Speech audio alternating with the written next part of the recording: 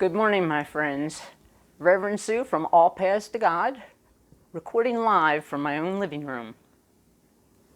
Well, it's week 5 since we've been together. Well, we're together all the time, since we've been together in person. But here we are because of the wonders of technology, being able to connect. And I do say wonders of technology, not necessarily wonders of the people being able to use it. I went online this week, since this is all of my second time recording and editing and uploading the video. I watched all sorts of YouTubes to see if I could pick up some pointers of what made them look so comfortable. For one thing, I noticed they weren't using a sing-songy voice, but it's kind of hard to get your natural voice when you're looking at a little dot on your cell phone. And I noticed they did a lot of hand gestures. They must have read the same 101 manual on talking, and hands showing their emotions as they speak must have been a part of it. Actually, if I talk to people in person, I'm always waving my hands. But somehow, talking to a little cell phone, that doesn't come naturally yet. So bear with me. But the important thing is, here we are together. We are staying connected. We are continuing to do our 12 high noon with our little timers where we share a consciousness of seeing our people and our community and our world in a realm of well-being and healing. Anybody who wants a timer can get in touch with me and I'll mail it to you and or leave it in my carport so that you can pick it up. And the prayer ministry is continuing to do not only general prayers where they hold the whole congregation in an idea of well-being, but they are holding the healing vision for anybody who puts in special requests. And we are continuing to circulate our prayer shawls. And yesterday I had the wonderful joy of being able to circulate through our neighborhood and our congregation and hand out meals. The American Ideals Foundation donated about 40 meals. They're going to have about 500 of them tomorrow, so anybody who's in need, let me know. But they donated meals to us, and I was able to get in touch with those people that are either quarantined or have health challenges or are just plain bored with what they've been eating. And I've been able to circulate around and hand them out. And that was, I felt like Santa Claus. That was very joyous. So we're continuing to be us, even though we're not in the same room. It's interesting, actually, over the time that we've been physically separated, I've had different types of conversations with people where they registered some concerns that we would fall apart during that time or lose our home, or basically that we wouldn't be us. And I must admit the statistics do show that if a congregation member stops coming to church for whatever reason for a period of time, there's a dramatic decrease in the likelihood that they'll be a consistent member. They fill that time with other activities and then it's hard to get back into the routine. But we simply aren't even concerned about that. It's not even possible that we fall apart. It's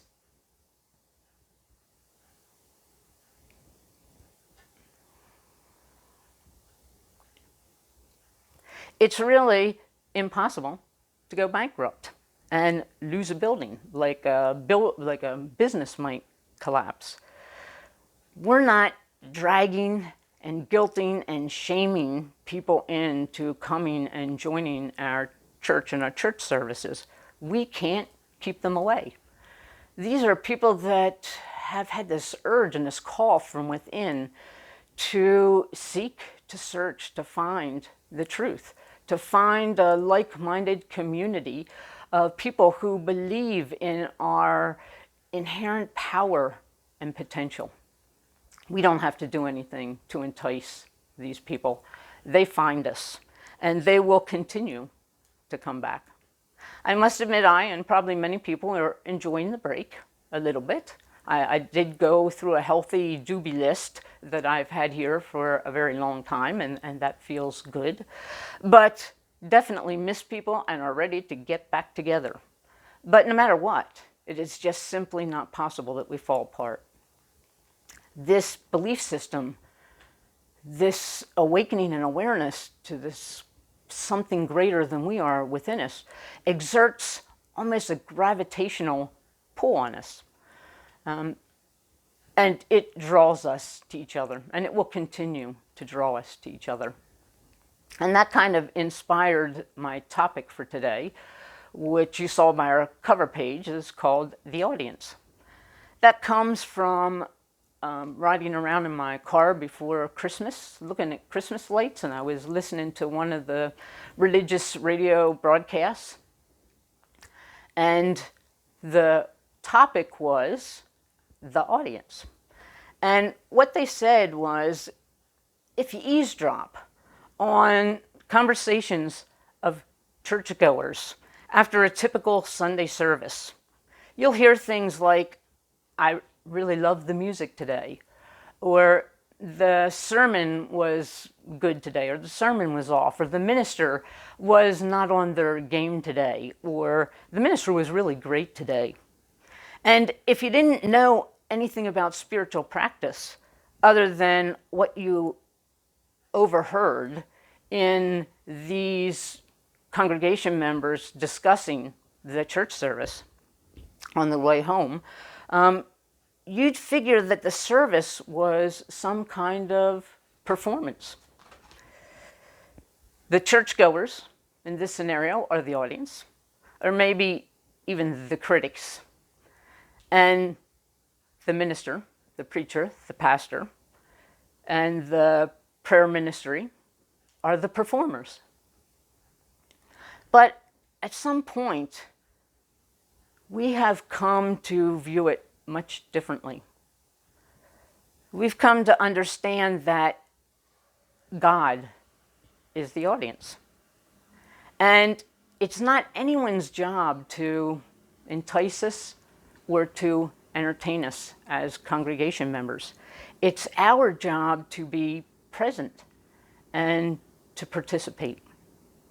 That's why we call it practicing the presence. God is the audience. And in some way, the ministers and the prayer chaplains and the congregation collectively are the performers. Have you ever wondered why in the old cathedral buildings that they have these enormous pillars right in the middle of the room, so that if you ended up sitting anywhere around them, you have a completely obstructive view of the altar? Well, the primary reason is the building was built for worship, not for witnessing a performance. So it really doesn't matter where you sat or what you could see, because joining in this communion with this power greater than we are is what it was all about. That's also why choirs wear choir robes, so that you don't get distracted by the different outfits and clothes, that you see a blending so that you can just allow yourself to turn within and to be moved by the experience of the celebration and song to the presence and the power of God. So we've come to think of worshiping and communing more in terms of what we can offer than what we can get. What's the saying? Ask not what your country can do for you, but what you can do for your country. This is the type of spirituality and church that we practice. It's not what we can get, it's what we have to offer, what we can give. And the more we focus on giving, the more we gather for the presence of God, the more we actually do get out of the service. And since the emphasis is on giving and practicing and communing rather than on performance, we don't need to be together to do our part. To keep the spiritual connection and the grace of God flowing to and through and as our lives. We just need to be present and to participate with the principles of the universe. And that's why we still feel very connected, because we are continuing to join in this higher consciousness. With this mindset, with this heart set, it's impossible to fall apart, because we don't need to be together, and you can't keep us away from each other. So we don't need to worry about losing our home. We always have a home, because, my love muffins, you are my home. We are each other's home. And so we will always find a way to come back together. Know the truth? I heard you all say, and the truth will set you free. There's a presence and a power for good in the universe. A mystical presence and a mechanical presence that we interact with on a daily basis. It exerts its gravitational pull on us, and we impress our mind and our heart and our deeds on it. And the more we develop and cultivate a relationship with it, the more we nurture a relationship with God, with the presence and the power, with this mystical and mechanical love and law of the universe, the more expansive our sense of oneness and completeness and purposefulness, if that's a word, purposefulness. And the easiest time to nurture that relationship is when everything is flowing in harmony. You know my favorite saying, it's easy to be an angel when no one's or nothing's ruffling your feathers. But the most essential time to practice, to nurture this relationship, to focus on this divine connection, is when things are hard, when we're faced with challenges. We never want to limit our sense of connection, our belief in the possibilities, or our experimentation, our practice with the principles, especially when we're searching for a way to weather the burden or get out of a challenge, a trying time. That's why we practice, why we pray, why we affirm, why we know the truth. Every bit as diligently as when things are rosy. Know the truth, and the truth shall set us free. The stronger our relationship in general, the stronger it will be at times of crisis. The stronger our faith will be at times when doubt threatens to take over. That's why we practice. It's like fire drills. Remember fire drills in school? Why do you do a fire drill? And when do you do a fire drill? You do a fire drill when everything's fine and everybody's safe. And you do it so that you can practice and practice and practice, because they know at a time of crisis that other aspects of our multidimensional being are going to be dominant. Our fear, our worry, our panic.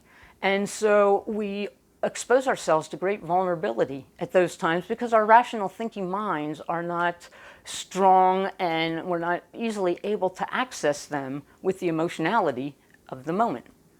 So the belief system is, if we practice and practice when we are calm, then if and when a time comes that we face crisis, we are so familiar with the routine designed to best support us through that safely, is so conditioned in us that we rotely go through behaviors without needing to access a lot of forethought. And this is the same idea.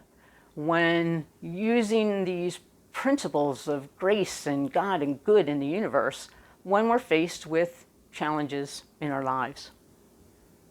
If we want the world to be a better place, and I just heard you all say, we have to be a better person in it. That's right. We have to be a better person in it, meaning we need to be more in line with the truth of who we are. And we need to be accessing and enabling the flow of those states, those qualities that are our innermost truth, in our oneness with this divine creator. Whether we know it or not, whether we accept it or not, we are mystic ambassadors to whom God has delegated the entire universe, including our human destiny. We are ancestors of the future. If the world's not changing for the better, we're not changing for the better. And as we love to say, our mantra that keeps us moving, we didn't come this far to only go this far. We are not here to do what we've already know how to do and what we've already done. We are here to do better. We're here to learn and to grow and to evolve, to journey beyond previous and current limitations. So your mission this week, if you so choose to accept it, is to be the performer. God is the audience. What do you have to offer or give? When we ask that question, most people think in terms of time and money.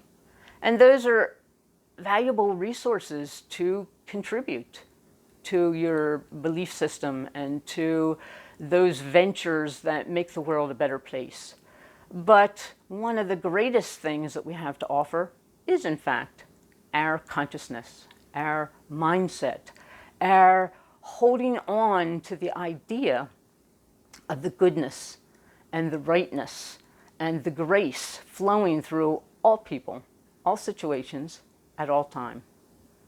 To being at peace, to being at harmony despite what's going on around us, and to be in a state of loving kindness. And this is especially important in these challenging times. And this is a sport that has infinite do-overs or mulligans. Take one. We shift our consciousness, regardless of what we're seeing, to that belief that there is a harmonizing principle in the universe. And when our minds and our hearts and our behaviors stray and become vulnerable and worried and fearful, take two. We bring our consciousness back. And take three and take four, and as many takes as it takes. So, my friends, this is our journey, to lift our consciousness regardless of what's going on around us. Know the truth, and the truth shall set us free. Remember, it's not about the stuff that the world's made of. Our journey is about the stuff we're made of, that we're already made of. Not something we have to earn, not something we have to prove worthy of, something that is the very nature and essence and substance out of which we were all made. It's about the divine stuff that is the very identity of our being, and how we stay connected to that and in truth with that when navigating the stuff of the world. How we keep God in the role of audience and us in the role of performers. And one of the best ways is to be thankful for the blessings that we have, for all the goodness that we do have, for all the things that are going right. And we do have a lot. We have us. We have our connection with each other. We are not falling apart. And we're not going anywhere. We're right here, perfectly whole and complete and connected right here. One of my favorite profoundisms on this journey is, what if when we wake up tomorrow, the only thing that we have is what we were thankful for today? Well, that puts the whole idea of gratitude and being thankful and appreciative for all that we do have in a completely different context. So practice being the performers, God being the audience, and do that by holding this consciousness of gratitude for all that we have and seeing the good and seeing the right even in these challenging times. So, thank God for my peeps, for my love muffins, and go forth, my friends, and know the truth. Say it with me. We haven't come this far to only go this far. Know the truth. Take one, take two, take as many as you need. That's a wrap. We can't go back and make a new start, but we can start now and make a new ending. We are the people, now is the time, and this is the way. Namaste, my friends.